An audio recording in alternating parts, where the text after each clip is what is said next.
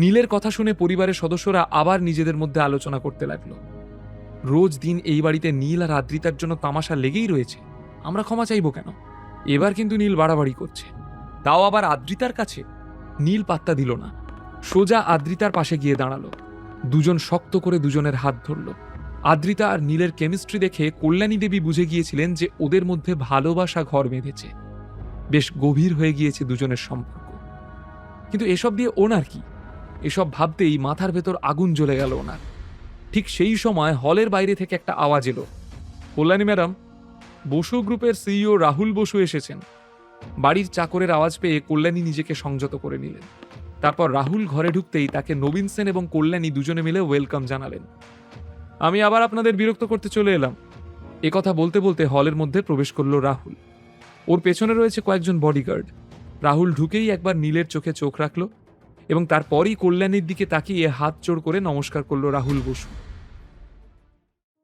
আরে, what a surprise! আপনি হঠাৎ কোনো সমস্যা হয়েছে? রাহুলকে সম্মান জানিয়ে বললেন কল্যাণী।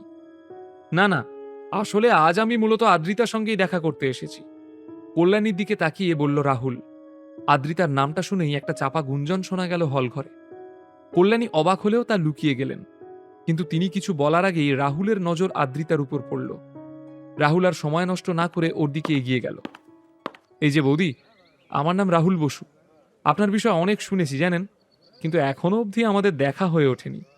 হাসতে হাসতে আদ্রিতার দিকে তাকিয়ে বলল রাহুল। রাহুলের মুখ থেকে কথাগুলো শুনে সেন পরিবারের অন্য সদস্যরা চমকে উঠল। ওরা হতবাক হয়ে গেল রাহুলের মুখে বৌদি ডাক শুনে। ও কেন আদ্রিতাকে বৌদি বলে ডাকছে? সবাই অবাক দৃষ্টিতে আদ্রিতার দিকে তাকিয়ে রইল, আর মুচকি হেসে সবটা এনজয় করতে লাগলো নীল।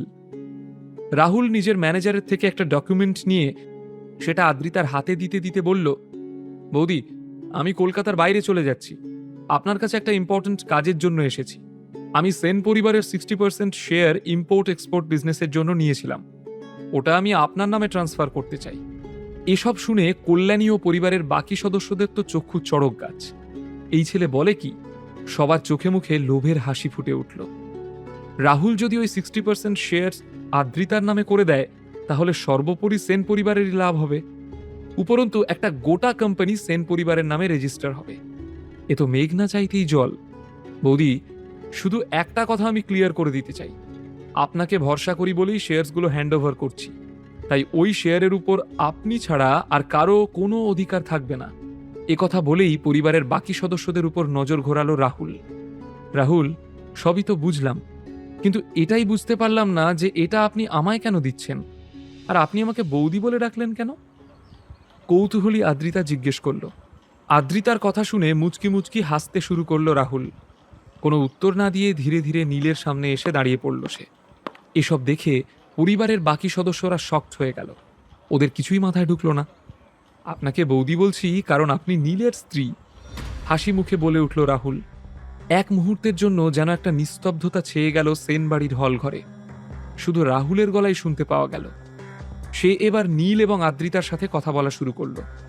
নীল, তুমি যদি আমাকে আগে বলতে যে আদ্রিতা সেন তোমার স্ত্রী, তাহলে আমি সেদিনই এইসব কাগজ ওনার নামে করে দিতাম।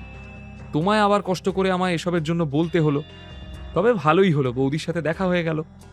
একদম, কলকাতায় ফিরে কিন্তু আমাদের বাড়িতে তোমায় যেতে হবে, বাহানা করলে চলবে না। বন্ধুর সাথে বেশ জমিয়ে মশকরা শুরু করলো নীল। আরে না না, বাহানা দেব না, আমিও তো আড্ডা দিতে চাই। হাসতে হাসতে নীলকে জবাব দিল রাহুল। ওদের কথা শেষ হতে না হতেই রাহুলের এক বডিগার্ড এসে ওর কানে ফিসফিস করে কিছু একটা বলল। রাহুল ওকে হাত দেখিয়ে অপেক্ষা করতে ইশারা করল। তারপর নীলের দিকে ঘুরে বলল, নীল, তোমার সঙ্গে বসে লাঞ্চ করার ইচ্ছে ছিল, কিন্তু তুমি তো জানোই আমার আজই ফ্লাইট, এখন না বেরোলে অনেক দেরি হয়ে যাবে। ঠিক আছে, সাবধানে যেও। যাওয়ার আগে রাহুল এবং নীল দুজনেই কোলাকুলি করল।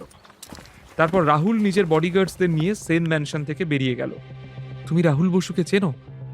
হ্যাঁ, আমরা খুব ভালো বন্ধু, হেসে জবাব দিল নীল। নীলের সঙ্গে রাহুলের এই ব্যবহার দেখে সেন পরিবারের সদস্যরা একেবারে অবাক হয়ে রইল। ওরা বিশ্বাসই করতে পারছিল না যে এমনও হতে পারে। নীল এমন ভিখিরি, কিন্তু ওর বন্ধুরা সব শহরের নামি দামি লোকজন। এটা কিভাবে সম্ভব? রাহুল বেরিয়ে যাওয়ার পরও ওদের মাথায় এসবই ঘুরছিল, আর সকলে ঘুরে ঘুরে নীলকে দেখতে থাকল।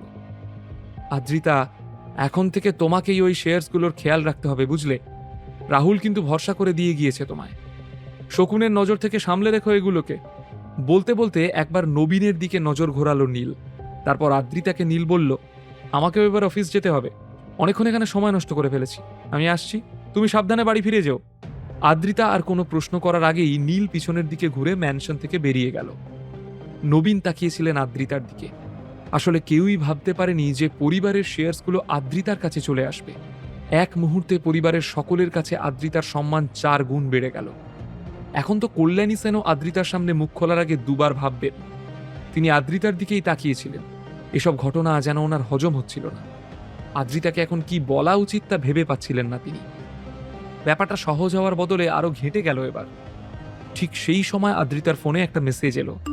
সেই মেসেজটা নীল পাঠিয়েছিল। ওতে লেখা ছিল, যা খুশি হয়ে যাক, তোমার পরিবারের সদস্যরা তোমার সামনে কাঁদুক, চিৎকার করুক, ক্ষমা চাক, কিন্তু তুমি ওই শেয়ারস অন্য কারোর নামে করবে না।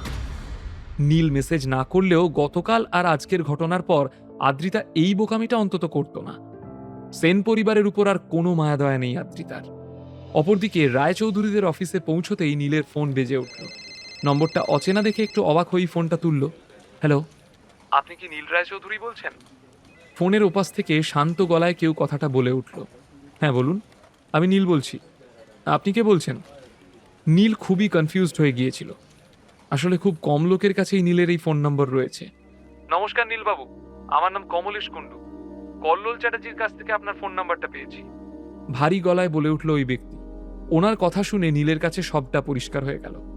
আপনি কি ওই প্রস্তরজিৎ পিলটার জন্য ফোন করেছেন? হ্যাঁ, আপনি ঠিকই ধরেছেন। কল্লোলবাবু বলছিলেন যে আপনার ওই পিলটা নাকি খুব ভালো, তাই আমি ভাবলাম একবার খেয়ে দেখি। প্লিজ আপনি পিলটার দাম বলুন, আর চিন্তা নেই, আমি কোনো দরাদরি করব না। সোজাসুজি নিজের কথা নীলের সামনে রাখলো কমলেশ। বিনামূল্যে গল্প শুনতে নিচের ইনস্টল বাটনে ক্লিক করুন এবং পকেট এফএম ডাউনলোড করুন। লিঙ্কটি রয়েছে ডেসক্রিপশনে।